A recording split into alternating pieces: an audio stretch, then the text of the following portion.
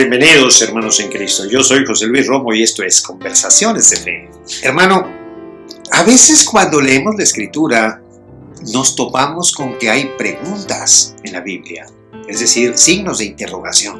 Y cada vez que encontramos una pregunta vale la pena detenernos un poco y reflexionar en esa pregunta. Nos encontramos a veces preguntas muy profundas y otras que a veces parecen más superficiales y algunas hasta parecen absurdas. Hay una pregunta que Jesús le hace al ciego de nacimiento: ¿qué quieres que haga por ti? Pues parece absurda, pues claramente el ciego quiere ver. Pero Jesús hace la pregunta. ¿Por qué? A veces somos nosotros los que le preguntamos a Jesús. Hay una que me llama la atención. Es una pregunta que le hace el apóstol San Pedro a Jesús en el capítulo 19, versículo 27 del Evangelio según San Mateo. Fíjense. Entonces Pedro tomó la palabra y dijo: ya ves que nosotros lo hemos dejado todo para seguirte. ¿Qué recibiremos? A primera vista, pues la pregunta parece muy poco espiritual, ¿no? Es una pregunta convenenciera, parece una pregunta de negocio, ¿no? Yo te doy, ¿tú qué me das? Y Jesús no se molesta al escucharla, al contrario, responde dándoles esperanza.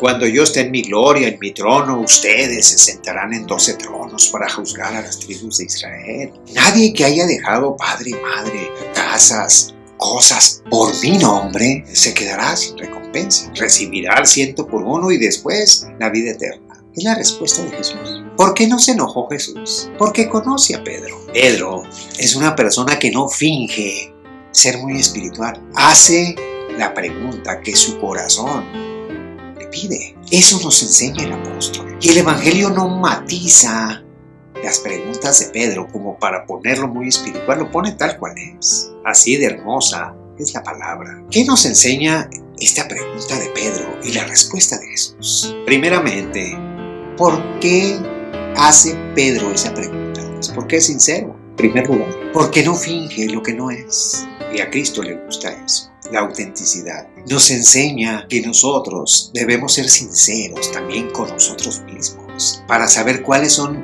nuestras verdaderas motivaciones. ¿Por qué hago yo estas cápsulas? ¿Por qué hacen mis hermanos Martín y Eva este ministerio de echar las redes? ¿Qué los motiva? ¿Qué nos mueve a hacer esto? ¿El amor a Cristo? ¿Una gran espiritualidad? ¿Cuáles son los motivos verdaderos? ¿Qué hay allá abajo? Pedro nos enseña a no mentirnos a nosotros mismos y hacernos las preguntas reales, descubrir nuestras motivaciones profundas. ¿Por qué hacemos lo que hacemos? ¿Qué recibiremos a cambio? Cuando nos hacemos esas preguntas, hermano, nos damos cuenta que no somos tan espirituales como pensamos que lo somos. Nos planta en la realidad y eso nos ayuda a crecer, a no creernos lo que no somos. Nos damos cuenta que a pesar de mis motivaciones, Cristo me ha invitado a estar con Él. Dijo muy claramente, dice: nadie que haya dejado todas esas cosas por mi nombre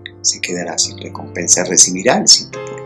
Así que Cristo cuenta con mi humanidad. Cristo cuenta y sabe que soy interesado también. Y a través de esta relación mía con Él y Él conmigo, puedo empezar a crecer y a purificar mis intenciones. Porque alguien se mete de sacerdote o de religiosa, ¿qué lo motiva? ¿El mero amor? Hay que analizarnos, hermanos, y crecer con Cristo y purificar las intenciones de todas aquellas cosas que hacemos.